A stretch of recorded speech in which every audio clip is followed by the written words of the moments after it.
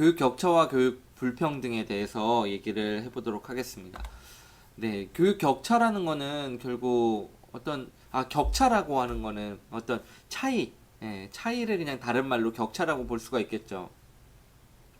근데 교육에서의 격차는 어떤 개인과 개인 간의 차이, 학생과 학생 간의 차이, 혹은 어떠한 집단과 집단 간의 차이를 교육에서 확인할 수 있는 교육 활동이라는 그러한 장에서 확인할 수 있는 것이 교육 격차라고 볼 수가 있겠습니다. 그러면 어떠한 차이가 있는가? 교육에서 학생들이 어떠한 차이가 있는가 생각을 해보면 첫 번째는 교육에 접근할 수 있는 기회의 격차라고 볼 수 있을 겁니다. 예를 들어서 그 어떤 섬에 살고 있는 아이가 있는데 그 섬에 초등학교나 뭐 학교라는 시설이 없어요. 그러면 그 학교에 가기 위해서는 뭐 배를 타고 나가는 방법이 있겠지만 섬에서는 학교를 다닐 수 있는 기회가 굉장히 제한이 될 수밖에 없겠죠. 무조건 배를 타고 나가야 되니까 그런 기회의 격차를 우리가 생각을 해볼 수가 있고, 혹은 옛날 전통 사회에서 생각을 해보면 어떤 노예나 노비는 만약에 교육을 받을 수 없다, 양반이 받는 혹은 귀족이 받는 그런 교육을 받을 수 없었다고 생각을 하면, 네, 그 한 인간은 노예라는 신분 때문에, 노비라는 신분 때문에 교육을 받을 수 있는 기회가 차이나는 현상이 벌어졌을 겁니다. 이런 게 교육 격차라고 볼 수가 있고, 특히 이제 교육 기회의 격차라고 볼 수가 있겠죠. 또는 여기서 볼 수 있는 것처럼 실제 교육 활동이 이루어지는 조건과 과정에서의 격차를 생각을 해볼 수가 있습니다. 예를 들어서 어떤 A라는 학교는 굉장히 우수한 선생님들이 그리고 실제로 이제 소문이 많이 났어. 잘 가르치기로 소문난 선생님들이 많이 모여 있는 학교가 있는가 하면, B라는 학교는 신규 발령받는 선생님들이 뭐 잘 못 가르친다는 건 아니지만 어떤 입시 지도에 경험이 없는 선생님들이 있고 실제로 잘 못 가르치고 혹은 또 권태에 빠진 무기력한 교사들이 많이 모여 있는 학교가 있다고 치면 A와 B의 학교에서 받을 수 있는 교육의 질적인 차이는 굉장히 심하겠죠. 이러한 교육 격차를 우리가 생각을 해볼 수도 있습니다. 세 번째는 교육의 결과에서 나타나는 격차를 생각을 해볼 수가 있습니다. 이러한 A와 B 학교의 격차나 아니면은 학교에 다닐 수 있는 기회가 있는 학생과 그렇지 못한 학생의 어떠한 시험 점수 차이, 뭐 수능 시험이라고 칠까요? 수능 시험의 차이는 그 기회의 격차와 과정과 조건의 격차를 반영한 결과로서의 격차라고 우리가 생각을 해볼 수도 있을 겁니다. 그래서 결국 교육 격차라고 얘기를 할 때 우리는 보통 이렇게 결과의 격차, 특히 학업 성취의 격차를 많이 얘기를 하곤 합니다. 이것이 이제 기회와 조건과 과정의 격차를 모두 반영하기 때문이죠. 그렇다면 교육의 격차는 이렇게 우리가 눈으로 확인할 수 있는, 그리고 측정 가능한, 이제 한 5점 정도 차이가 났나 10점 정도 차이가 났는가에 대한 측정 가능한 지표를 통해서 볼 수 있는 학생들의 학교 생활을 반영한 학업 성취의 차이를 우리가 교육 격차라고 얘기를 합니다. 이거 자체는 뭐 이렇게 어떤 가치 판단이 들어있지 않죠. 교육 격차가 좋다 나쁘다 이런 것을 보통 얘기를 하지 않습니다. 좋다 나쁘다라는 가치 판단이 들어가는 용어는 들어가는 상황은 교육 불평등에 대해서 얘기를 할 때일 겁니다. 교육 불평등은 여기 나와 있듯이 교육 격차가 개인의 능력과 노력의 차이 이상으로 나타나게 되는 사회 구조적인 요인에 주목하는 개념. 그 사회 구조적인 요인에 따라서 개인이 통제할 수 없는 요인에 따라서 격차가 더 벌어지게 된다면 그것은 굉장히 뭔가 불쾌하겠죠. 불편하겠죠. 사람들이 내가 할 수 없는 부분들, 내가 아무리 노력해도 극복할 수 없는 차이가 있다면 그것은 굉장히 불합리하다. 불합리하고 불평등하다라고 우리는 인식을 할 겁니다. 불평등이란 말은 사실 평등하지 않다에 그냥 한자어일 뿐이지만 우리는 불평등이라는 용어에 그러면 안 된다. 불평등한 상황은 있어서는 안 된다.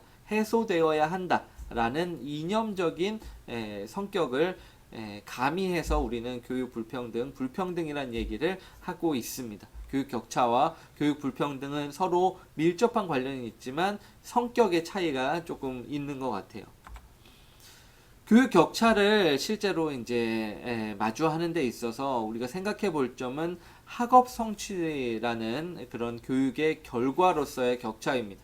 학업 성취라는 것은 학교 교육을 통해서 우리가 획득할 수 있는 지식이나 지적 능력이나 그리고 태도나 가치관 등의 그러한 학습의 결과로서 나타나는 부분들에 대한 총칭이라고 볼 수가 있습니다. 그래서 학업 성취가 좋은 경우는 이 교육 과정을 잘 이수한 경우를 의미할 것이고, 그렇지 못한 경우는 교육 과정을 제대로 이수하지 못한 학생들에게서 우리가 낮은 학업 성취도를 확인할 수 있을 겁니다. 또한 우리는 이 학업 성취도를 다음 단계로 넘어가기 위한 교육 선발 과정에서 가장 중요하게 생각하는 지표로 확인을 하게 됩니다. 예를 들어서 우리는 대학 수학 능력 시험을 생각을 해보면, 대학 수학 능력 시험은 대학에서 자신의 전공을 제대로 학습할 수 있을까라는 질문에 답하기 위해서, 그 미래를 예측하기 위해서 과거에 우리가 고등학생들이 학습했던 그런 내용들을 가지고 시험을 보는 거죠. 그래서 이전 단계에 대한 학습의 결과를 통해서 다음 단계를 예측할 수 있는 지표로서 또 학업 성취도를 많이 활용하게 됩니다. 그렇다는 것은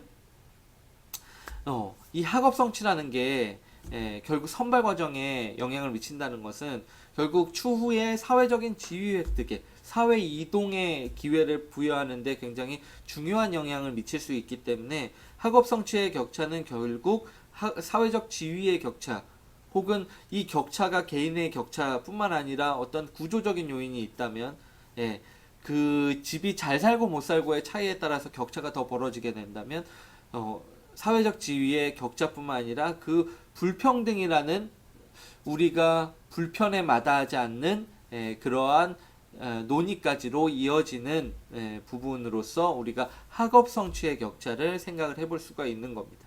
과연 능력주의를 통한 사회 이동이 가능한가? 아니면 능력에서 벗어나는 요인에 따라서, 내 능력으로 통제할 수 없는 요인에 따라서 격차가 더 벌어지게 돼서 사회 이동의 기회가 굉장히 차등적으로 나타날 가능성이 높은가를 따지는데, 학업 성취의 격차라는 주제는 굉장히 우리가 실제로 확인할 수 있는 그러한 근거가 되는 것이죠.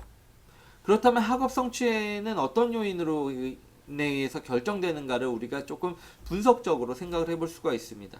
어떤 함수 관계를 우리가 생각을 해보죠. 펑션의 f겠죠. 함수로 표현하면 f는 뭐 ax 플러스 b 뭐 이런 식의 1차 함수를 생각을 해볼 수가 있을 겁니다. 가장 간단하게.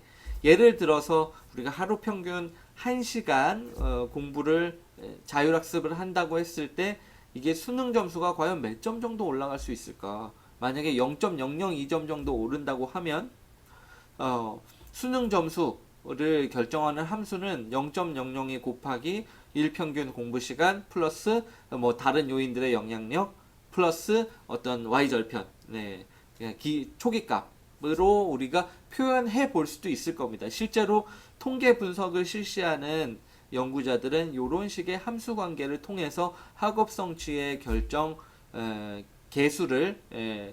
함수를 뽑아내기도 합니다. 개수는 요 앞에 있는 0.002라는 영향력의 크기를 개수라고 얘기를 할 수가 있을 겁니다. 그러면 어떤 요인들이 있을까? 이러한 자율학습 같은 경우도 있겠지만 어떤 개인의 특성, 뭐 집중력, 뭐 이런 지능, 뭐 이런 것들도 있을 것이고, 가정 배경, 지역사회 요인, 요거는 추후에 설명을 할 거고요. 혹은 학교에서 통제할 수 있는, 학교에서 학업 성취를 향상시킬 수 있는 요인들도 우리가 충분히 생각해 볼 수 있다는 것이죠. 예를 들어서 몇 가지만 살펴볼 수 있도록 하겠습니다. 학교 내적인 요인은 뭐 이런 거겠죠. 학교 교육을 통해서 우리가 모든 학교를 다니는 모든 학생들에게 좋은 교육을 실시를 한다면 그 그 학교를 다닌 학생들은 평균 이상의 전국 평균 이상의 성취도를 모두 올릴 수 있을 것이라고 우리가 가정을 해볼 수 있을 것입니다. 그러면은 외부의 요인이 아무리 크더라도 학교 교육이 모든 사람들에게 모든 학생들이 능력을 잘 발현할 수 있는 기회를 동등하게 준다면 학생 간의 교육 격차는 오로지 능력과 노력에 의한 것일 수도 있습니다.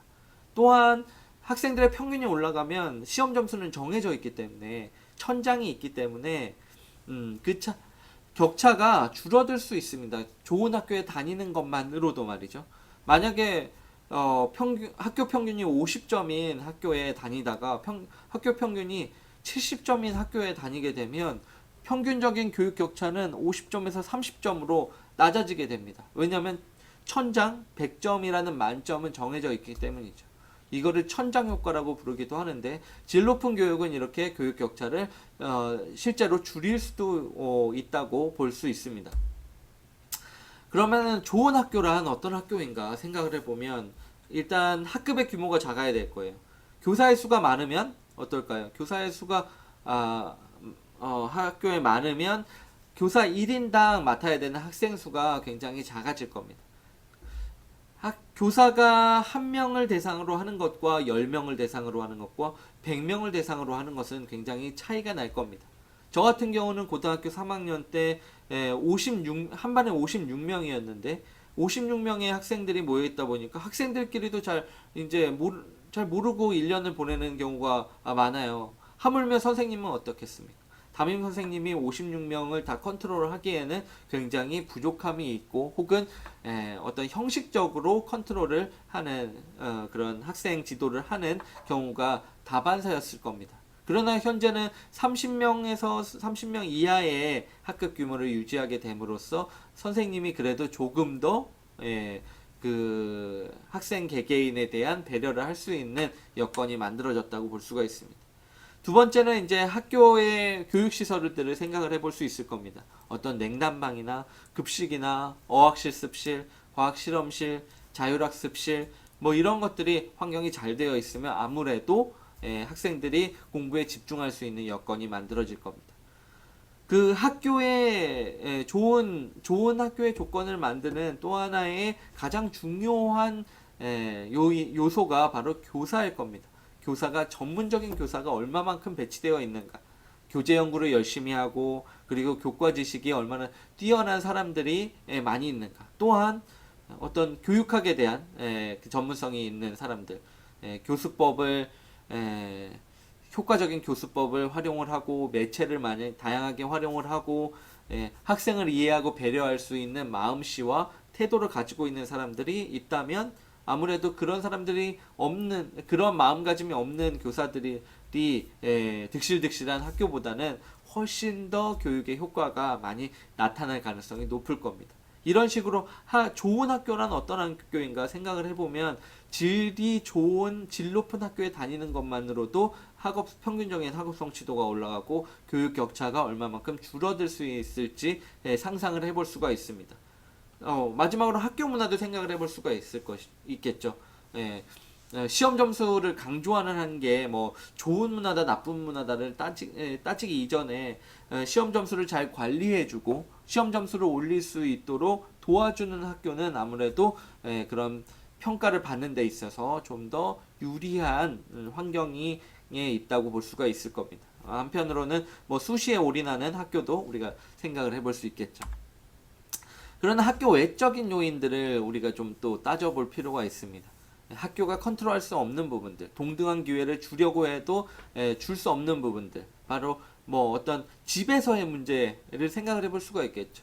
뭐 가정 문제는 학교에서 어떤 간섭할 수 있는 여지가 굉장히 제한적이기 때문에 결국 부모가 어떻게 하느냐, 집에서는 학생 스스로가 어떤 식으로 활동을 하느냐, 그리고 그 학생 개개인은 어떤 성격과 어떤 지능을 가지고 있느냐는 학교가 컨트롤할 수 없는 부분이겠죠.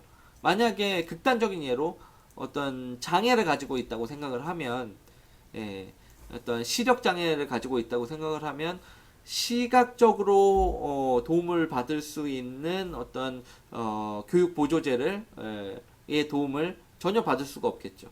그러한 개인적인 들은 또한 학업 성취를 결정하는 학업 성취 격차를 발생시키는 굉장히 큰 요인이 될 겁니다. 개인의 선천적인 능력, 뭐 지능이나 어떤 장애 여부뿐만 아니라 어떤 가정의 사회적, 경제적인 지위도 굉장히 중요한 학교 외적인 요인이 될 수 있을 겁니다. 어떤 금전적인 요인뿐만 아니라 비금전적 요인에 대해서 우리가 생각을 해봐야 된다는 것이죠.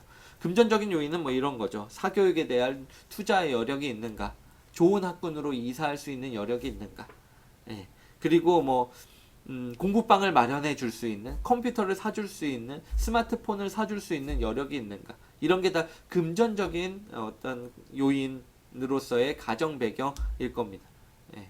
교육에 도움이 될 수 있는 도구를 사줄 수 있느냐 없느냐도 굉장히 학업 성취에 영향을 많이 미칠 수 있다는 것이죠. 그렇다면 여기에 비금전적인 요인은 무엇이 있을까? 잠시 후에 또 살펴보기로 하고요. 지역사회 교육 환경도 학교 외적인 요인으로서 우리가 생각해 볼 수 있는 학업 성취 결정 요인, 학업 성취 격차를 발생시키는 요인이라고 볼 수가 있을 겁니다. 수도권과 그 이외의 지역의 가장 큰 차이는 뭘까요? 어떤 교육에 대한 관심, 뭐 그렇게 크게 차이는 안 날 것 같습니다. 그러나 교육 인프라, 특히 안타깝지만 학원 인프라에 대해서 얘기를 하는 사람들이 많습니다. 현강을 들을 수 있느냐 아니면 인강으로밖에 들을 수 없느냐의 차이는 생각보다 굉장히 큰 것 같아요. 제가 학교를 다닐 때보다 말이죠.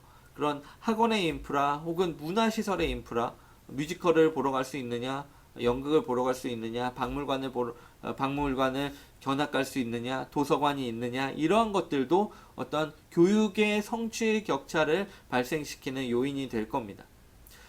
특히 뭐 여기도 생각을 해볼 수 있죠. 교육에 집중할 수 있는 환경, 어떤 위락시설이 많고 유흥업소가 많고 그런 곳에서 공부에 집중할 수 있을까요?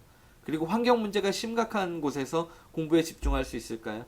아니면 데모나 시위가 계속 벌어지는 곳에서 학생들이 공부에 집중할 수 있을까요? 그렇지 않을 가능성이 굉장히 클 겁니다. 이러한 지역사회의 교육 환경 그리고 교육에 집중할 수 있는 환경의 여부도 학업 성취 격차를 발생시키는 요인이 될 수 있을 겁니다. 그럼 생각해 볼 문제는 뭐 이러한 문제들이 있을 겁니다. 학업 성취 격차가 굉장히 심화된다고 하는데, 교육 양극화 현상이 일어난다고 하는데, 이거를 학교가 어떻게 해결할 수가 있을까? 어떠한 정책들로 우리가 이러한 격차의 발생을 좀 보정을 하려고 하는가? 외부의 요인들이 있더라도 학교가 어떻게 더 노력함으로써 이런 격차의 발생을 조금이라도 최소화할 수 있는가에 대한 문제를 앞으로 우리가 생각해 볼 필요가 있을 겁니다. 그렇다면 이제 다음부터는 다음 챕터에서는 가정 배경과 교육 불평등의 관계를 본격적으로 조금 더 살펴볼 수 있도록 하겠습니다.